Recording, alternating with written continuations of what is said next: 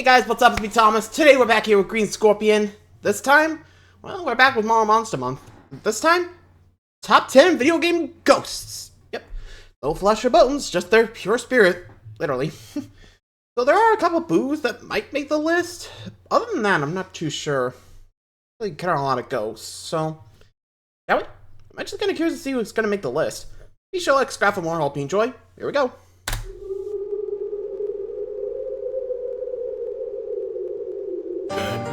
Oh.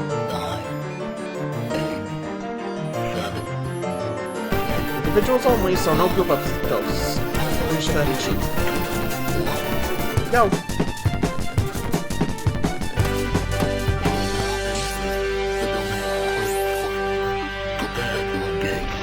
Ready.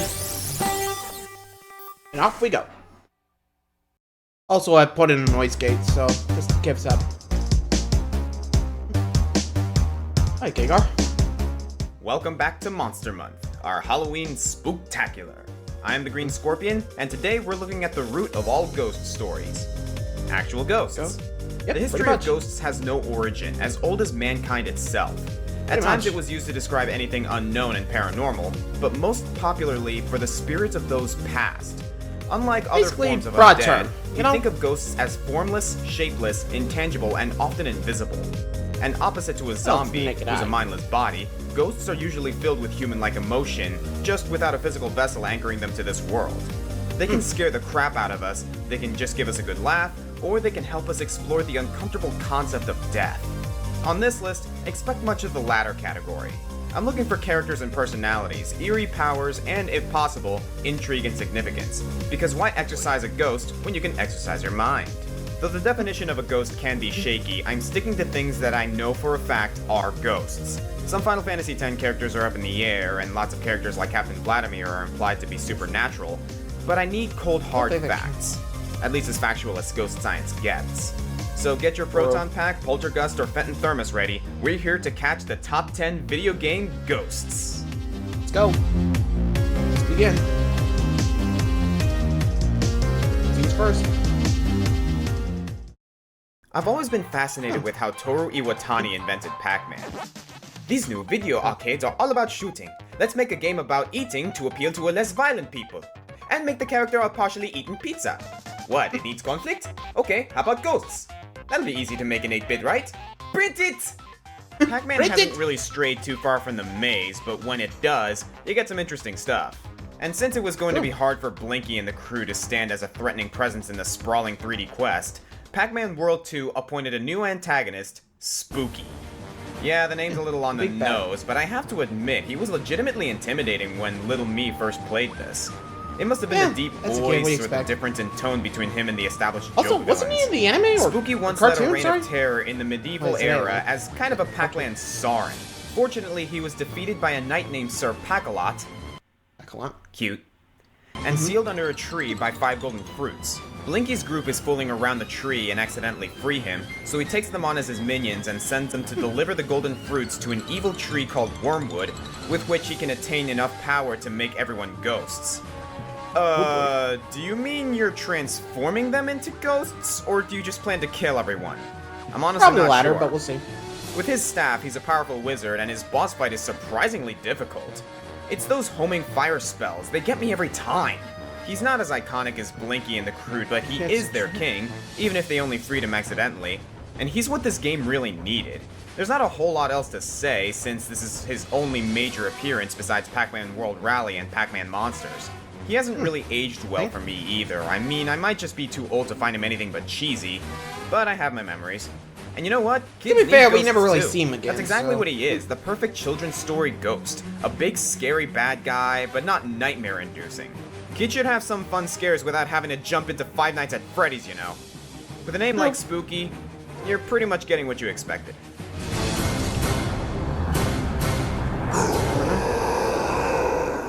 Yeah, fair enough. I may have given the wrong impression that this month would be scary, but I've been leaning towards the quirkier characters on these lists. Nothing against horror games, I just usually prefer keeping my blood pressure below 200. Plus, modern horror games prefer monsters of the indescribable variety, not ones that can be easily categorized as zombie or ghost.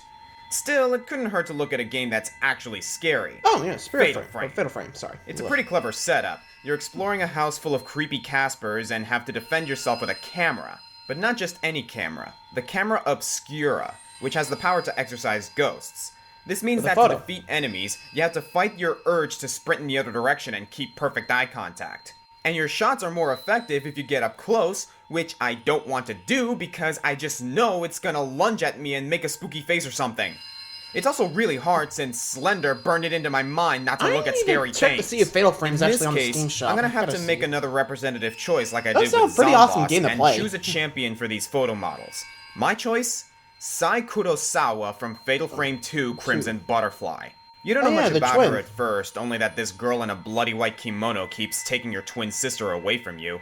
As you explore the hallows of All Gods Village, you learn that long ago it had a bit of a stigma that twins were just the same soul split between two bodies, like two identical wings of a whole butterfly. To appease the neighborhood hellish abyss, they performed the ritual where a pair of twins were selected, and one would throw the other into the pit. It's okay to do this to twins, apparently, since killing one of them would just bring both halves of their soul together. Good thing this village never had any triplets, that would have blown their minds. Well, Sai was one of these twins, set to be killed by her sister Yai.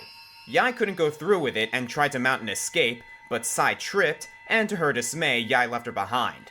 So Sai was sacrificed, but not in the way the Abyss wanted. The town was enveloped in a thick fog, the vengeful spirit of Sai slaughtered all of its residents, and now the place is trapped in a sort of time loop until the ritual can be fixed.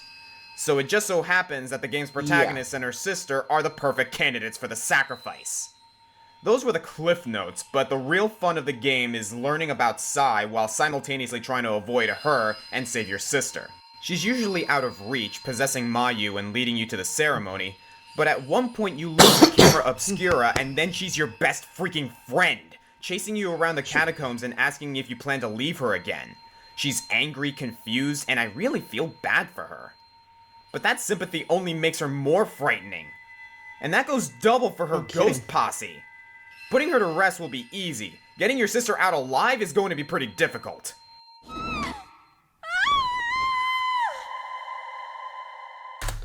Yeah. So I think that's the second game. Wasn't the first game about a bounding ritual? Like they would bound them until the next person would go? At least that's what I remember. Remember, this is just the second game. Eesh. Man.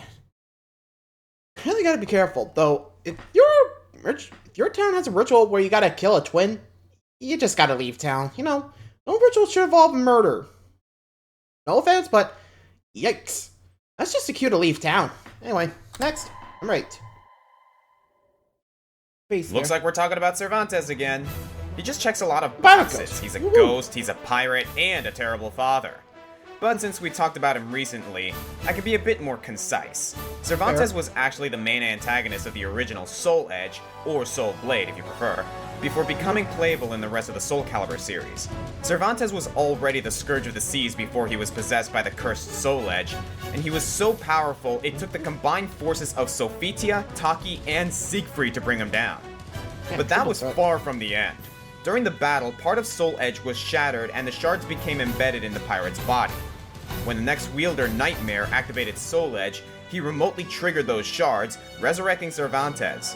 Now a Wraith, Cervantes was more powerful than ever. Canonically, I mean. He's actually less powerful in-game because he's not a boss character anymore, but story-wise he continued his work collecting souls and searching to reclaim his sword. Eventually, he consumed so many souls, he was able to call upon the legions of the undead. There's just something really cool about a ghost ship. The sea can be quiet, and when darkness falls or the fog comes in, you don't really know what's out there. The ocean back then was basically our Alien movies now. Can we get a game centered around Cervantes where you sail around in a ghost ship and just take people's souls?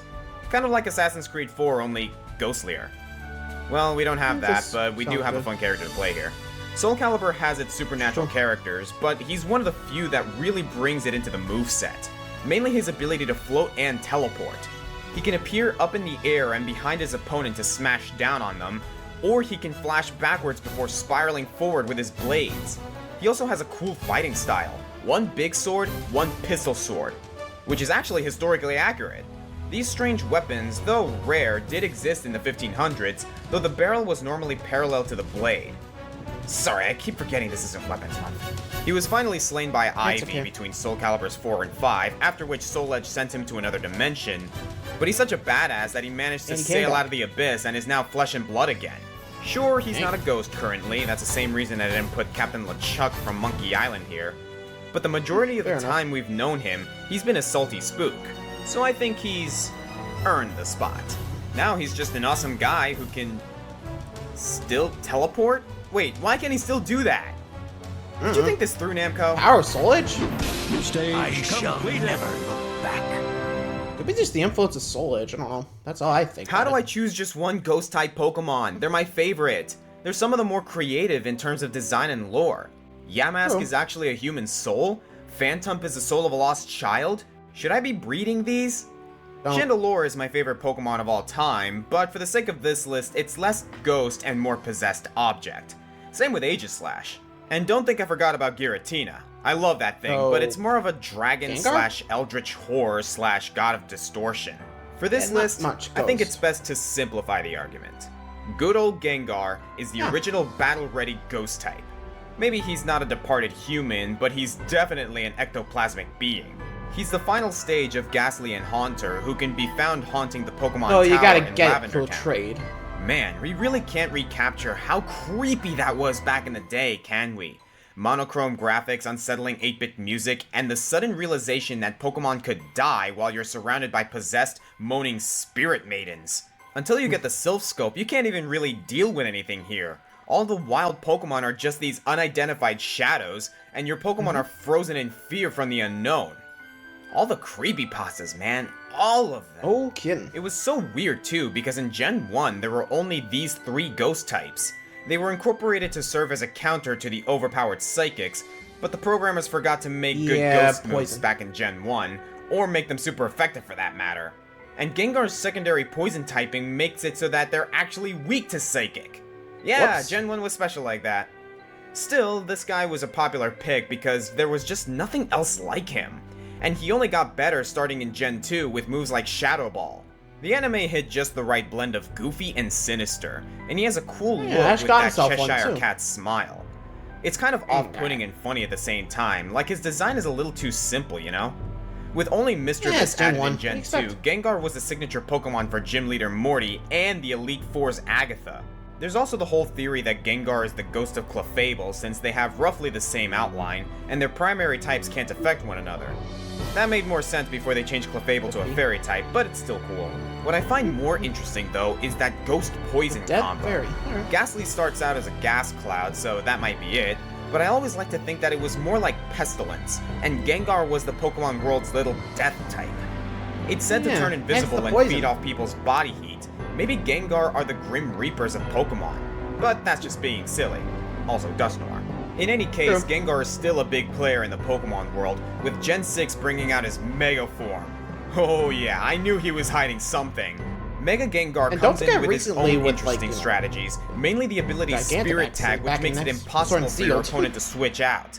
Add that with Gengar's access to Perish Song. See? He's the death Pokemon! And since your opponent can't retreat, you can just wait 2 turns and recall Gengar at the last instant. Sure, you can knock him out with a Dark type or another Mega, or a Stiff Breeze, but if the target is a support or a tank, they're executed. This strategy was so low that Mega Gengar was banished from several tournaments. Fine, said Gengar, I'll just whack out Pokken Tournament, where he brings out his own bizarre and at times nightmarish fighting style. Man, I love this game. Oh, and it has Chandelure too. That will always be weird. Pokken, what do you expect? Number 6. Of all the unfinished business a Phantom can work towards, the most popular is revenge. To make suffer those who wronged you. Or bottles. Nowhere is that better personified than League of Legends' Callista, the Spear of Vengeance. In life, Callista was a general from a kingdom now forgotten. She served alongside the captain of the knights, a man named Hecarim. When the queen was poisoned, Callista was tasked to seek a cure from the fabled Blessed Isle, and though she did find a way that the sick may be healed, she returned too late to save the queen. The king suspected Callista was hiding information and invaded the Blessed Isle. Callista tried to keep peace between the kingdom and the Isle, but she was backstabbed by Hecarim, and the powers of the island were corrupted, transforming the once holy land into a realm of undeath called the Shadow Isles. In the process, Hecarim was transformed into the man-beast we know today, and Callista's anger gave rise to a powerful Banshee, and the realm's new avatar of retribution. This new specter takes Callista's form and battle prowess, but the fiber of her being contains the souls of all of those that have been wronged in some similar way. Eagle-eyed fans first got a hint of Callista's release when a strange fog started appearing on certain champions' lore pages, all of who were being marked as Callista's targets. These included those that have deceived others in some way: LeBlanc, Twisted Fate, Lissandra, Xerath, Cassiopeia, Zed, and of course, Hecarim. I love when one champion Basically can tie the a bad bunch of guys. others together. Speaking of relationships, Callista is that one rare marksman with moves designed to complement the support, not the other way around. She starts with an item called the Black Spear, which she can give to an ally to create a bond for the entire game, as if they're her pin to the living realm. When bonded to a support, Callista can gain full experience and gold credit for a support's kills, and with her ultimate, fire them like a missile. Her mastery of the spear rivals Jin Zhao, and mirrors the single-mindedness of her vitriol missions. Even her impalpable physiology factors into her playstyle, with an easy way to pass through walls, the ability to create ghostly sentries, and those rending attacks that stick through opponents until activated.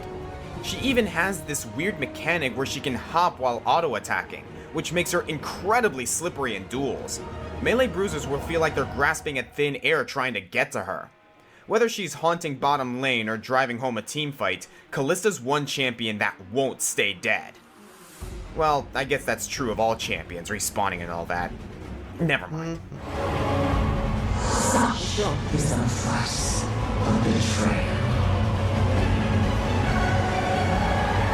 Yeah, careful who you screw over, because she might could come for If you. not for Pac-Man's enemies, the boos Mario? from the Mario series would be gaming's most famous ghosts. Since Super Mario Bros. 3, they've Oh, peeved King and Boo? tormented us. In fun family titles like this, it's always fine to just throw ghosts in without implying that they're actually dead people. But if Goombario is to be believed, they are in fact the souls of the departed. There's your evidence, Ghost Hunters. As legend states, Okay. Miyamoto envisioned these guys after Takashi Tezuka's wife, who was always very shy but could really yell at Tezuka in private. Following suit, boos are aggressive when Yeah, your just back the- is turned, but modestly hide when looked at. Ghosts that are scared of you, that's adorable. Their mischievousness grew over time, though, and they eventually overcame their crippling social anxiety to play tennis and ruin friendships in Mario Party. This new leaf may never have I been think it depends on turned the if they boo, though. didn't have the guidance of a dedicated leader, the sinister King Boo. There you Boo. are. Making his first appearance in Luigi's Mansion, the Bully Baron has been a collaborator with Bowser for years. Unlike Bowser's ham-fisted attempts to defeat Mario, however, King Boo easily lured Mario into a trap and effortlessly sealed him into a painting. What's so hard about that, Multiple Koopa? For a time, I even thought he was Bowser, attacking from beyond the grave. When Luigi finally reached him, he takes the dragon's form, giving gamers their first real look at Bowser's modern design. But this is actually just an illusion. King Boo likes True. to use magic, That's why- trickery, or just a crap ton of underlings to get the job done. And he would have gotten away with it too if it weren't for that meddling us, man. Luigi. Don't think the king gave up though. Like Petey Piranha, Nintendo started sticking King Boo everywhere. He got his revenge on Luigi, trapping him in a painting in Super Mario 64 DS, and he's even matched blows with Super Princess Peach.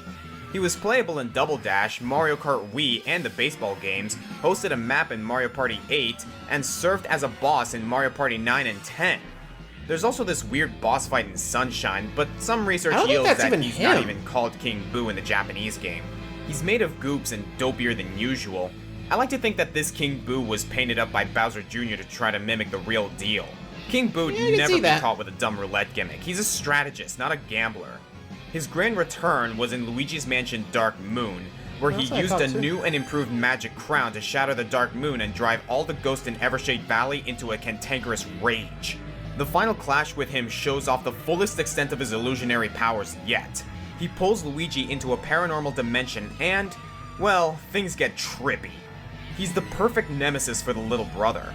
Mario is brave and valiant, so he gets Bowser to match strength with. Luigi is fearful and more of a thinker, so King Boo gives him something to overcome, but also a challenge that Mario would struggle with. The hero fights the dragon, the thinker fights his on fears. Luigi's Mansion 3. Without King Boo, test. Luigi would merely be the green Mario. We take these characters for granted sometimes. That we do. That we do.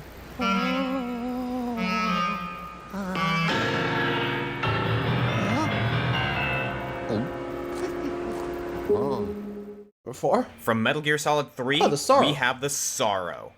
We've just hit about every other member of the Cobra unit. Now I just have to find a countdown to talk about the Pain. Top 10 B-Wheelers? Well, anyway. Named for his intense sympathy for his enemies, the Sorrow was a scout and spirit medium for the Cobra unit, though by the time you meet him, he's quite dead. He was also the lover of the Joy, aka the Boss, the same woman who trained Naked Snake. The Sorrow and Boss had a child together that was taken from them by the enigmatic philosophers as a bargaining chip, and the lovebirds eventually landed on opposite sides of a war. To protect their son, the Sorrow pleaded that the Boss kill him in battle, in a gesture very similar to what the Boss would eventually ask of Snake. Their son went on to be Revolver Ocelot, so depending on how you look at it, the sacrifice was not in vain. Still, the Boss's return to Solino Yarsk was enough to wake the Sorrow's unfulfilled spirit. Not necessarily a vengeful spirit, but a very busy one. Often accompanied by rainfall, the Sorrow offers friendly advice to Snake throughout his operations, but like everyone else in the game, it can be hard to tell what his true motives are, especially since you eventually have to fight him. Sort of. After a jump from a waterfall, Snake wakes to find himself in the spirit world. Here, the Sorrow taunts him, all the while summoning the spirits of the dead, specifically all the people Snake has killed so far on the mission. Yes. This means that the player has a lot of influence on how difficult this fight is. If you've been mostly non-lethal, you can face as little as 4 spirits, the bosses you fought. But if you prefer to shoot first and ask questions never, well, you're gonna have a bad time. Sorry, Toby Fox, Hideo did it first. I wouldn't call this a fun fight, but it might make you consider being stealthier on your next run. Interestingly, this depiction of the spirit realm is reminiscent of the Sanzu River, which in Japanese Buddhist mythology is the river that the dead must cross to reach the afterlife, leading to one of 3 crossings depending on their virtue in life. Needless to say, the Sorrow is judging the River you. Thames. You can find him in a ton of other scenes if you're sharp. He displays the frequency to Snake's holding cell during the interrogation, has a countdown after you plant the explosives in the base, and after Volgin dies, the Sorrow can be found smiling. Wait, Volgin was struck by lightning, and the Sorrow is always around when it's raining. Is it possible that the Sorrow is responsible for Volgin's death? Geez, maybe he is a vengeful spirit. After the final bout with the boss, you look around and you can find the Sorrow and the boss, as ghosts, finally together at peace. So I guess they got a happy ending, though the Sorrow did show up one more time in Metal Gear Solid 4. You know Screaming Mantis, and how it ends with a cameo from Psycho Mantis? Well, if you hold down the L1 button, you can see the Sorrow is the real reason that Psycho got chased away. He's a cameo hidden in a cameo. Maybe Kojima is just being bizarre, but I don't want to dismiss this character and his impact on Snake. It was him who cryptically hinted that he'd be killed by his sons, which explains a lot of his future actions.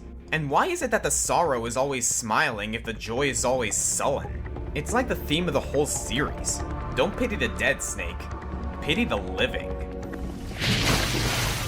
Yeah, it's honestly a good method, or at least just a good way to live, I guess. Pity the living, because they had to still go through it all. The dead pretty much already settled their debts. Unless they didn't, then they become the ghost. Yeah. And not to mention with, how, crazy the living deal with, or at least our world. Yeah, we gotta pity ourselves and the people in the gear, don't forget that. Anyway, Round 3 coming up.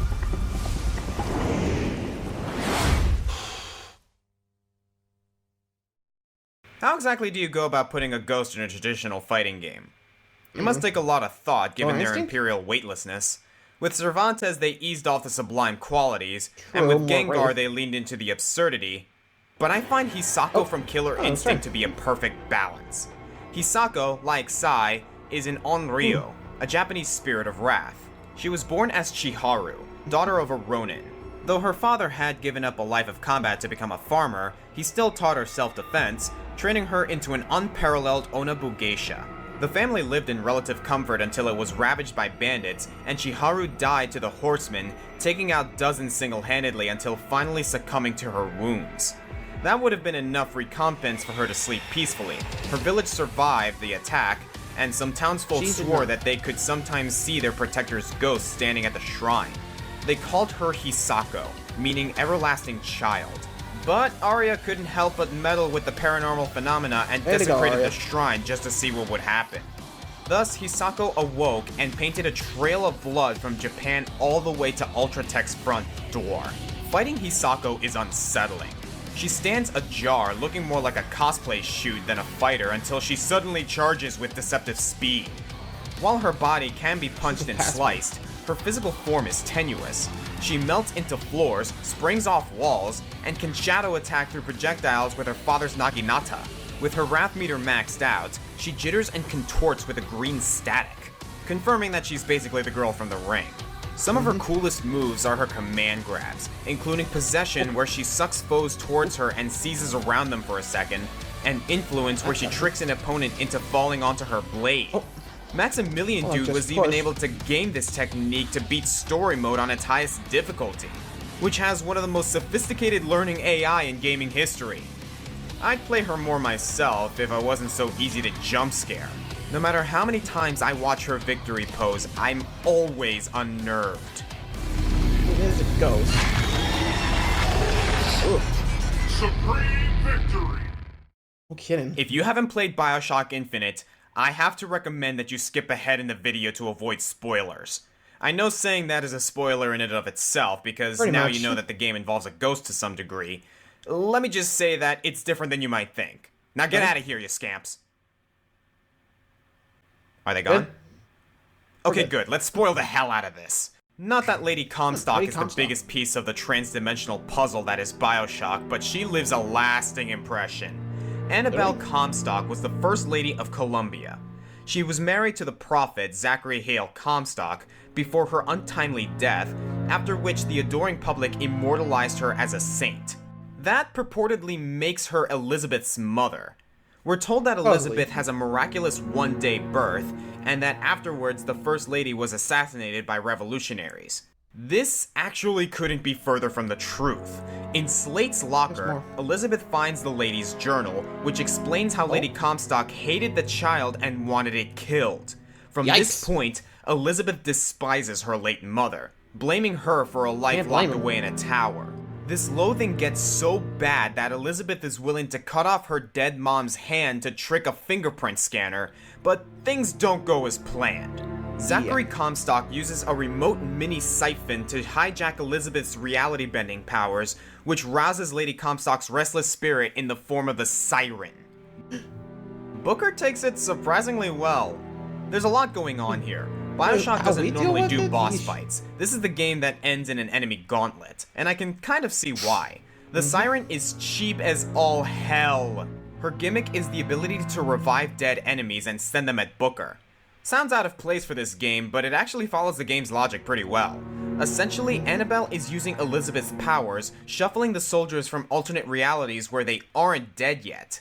The ghosts on this list have all been dead so they're people, gonna die with 3 possible exceptions, but here we have a fascinating alternative. Elizabeth has the power to alter and create realities, and with her powers overloaded, she formed this paradoxical creature composed of Elizabeth's own confused rage towards her mother. As Elizabeth herself explains, it's half her mother, but half herself. Whether or not you believe in real ghosts, we all get this feeling of being haunted by something, people, memories, regrets, etc. That's something that comes from within. Here, we have the unique opportunity to physically manifest those feelings. The only way Elizabeth can quell her own nightmare is to understand it, following the ghost as it reveals tears that answer some of the game's biggest questions. We learn about the Lutessa's role in this and part of Elizabeth's true origin. Most importantly, we learn that Annabelle wasn't a saint, nor was she a monster. She was a human being who made a mistake. You'll have to fight her 3 times to learn all this, and it's a disaster without a rocket launcher. But it beats an exposition dump. True. Find out. Find out. Yeah, that one's messy. Oh, number one. I'm coming. Must have been unconscious for a while. Ah, My gross. head feels fuzzy, kind of like I'm swimming through darkness. When I came to, there was a woman standing there. A woman I don't know. At least, I don't think I know her. And then there was a man with a gun. I don't know him either. Well, probably not anyway. Now, I'm not the kind of guy who can just stand back and watch a poor woman get shot. But I just have one little problem. I'm already dead myself. Ghost Trick Phantom Detective. I have the Holy game, don't smokes, worry. this game is good. If you ever wanted to feel like a ghost, in a fantastic mystery puzzle game no less, get this game. You don't even need to find the original DS version. It's on iOS now, the first 2 chapters are free, and you can get the rest of the game for only $10. Alright, that's enough It is on advertising. PC. Let's look at my top ghost of all time. You play as this enigmatic figure. Oh, keeping this spoiler free is gonna be difficult, but damn it, I don't want to spoil this game for you. You see, ghosts don't always retain their memories after they've been killed. He soon learns his name is Sissel, but he doesn't know who he was or how he died. Sissel appears as his human self in dialogue, but in reality he's just this astral blob. He isn't able to communicate with this gunman, much less detain him. What he can do, though, is move through objects like a poltergeist and minutely influence them in ways that, to you and me, might seem like random happenstance. Turning a lamp on and off, opening an umbrella, stuff like that. That's actually a lot of power, but it has its limits, and you have to watch a poor woman die. Fortunately, a second ghost named Ray, who inhabits a desk lamp, just go with it, explains to Sissel his most useful power, the power to save people. By connecting to a recent victim, Sissel can travel back in time 4 minutes before their death and try to prevent it. That's where the real puzzles come in. The sad thing is, while Sissel can save these innocent people, the one person he can't save is himself. And as the lamp explains, all ghosts pass on from this world at sunrise. Rattled but determined, Sissel vows to use these last few hours to find out who he was. And believe me, a lot can happen in one night. Like, a lot. The puzzles and storytelling get insanely clever as you learn more rules of the ghost world and unwrap a web of intrigue 10 years in the making. Sometimes you're zipping through the phone lines and moving heavy machinery, other times you're utterly helpless. There are these moments where you just need someone to look at a book or pick up a piece of paper, and all you can do is tepidly point them in the right direction. It makes you feel so isolated. Sissel's a great character too. Though he's really doing it for his own sake at first, he gets invested in the lives and deaths of the people he comes in contact with. He can even speak telepathically to those who've had these near-death experiences, forming relationships with tons of colorful characters, including this Pomeranian named Missile. You don't know it yet, but this dog's a champion. I'd love to keep going on about Sissel and Ghost Trick, all of these awesome moments of phantasmal creativity, some other characters who could also make a case for this list. But I gotta keep my mouth shut. Right. Let me just say this. To explain this game's premise to you without spoiling it, I had to lie to you multiple times. I'm the Green Scorpion, and though these 10 individuals may have died, they're keeping the party rolling anyway, and I plan to do the same. I'll be back next week to sink my teeth into another countdown. See you guys next time.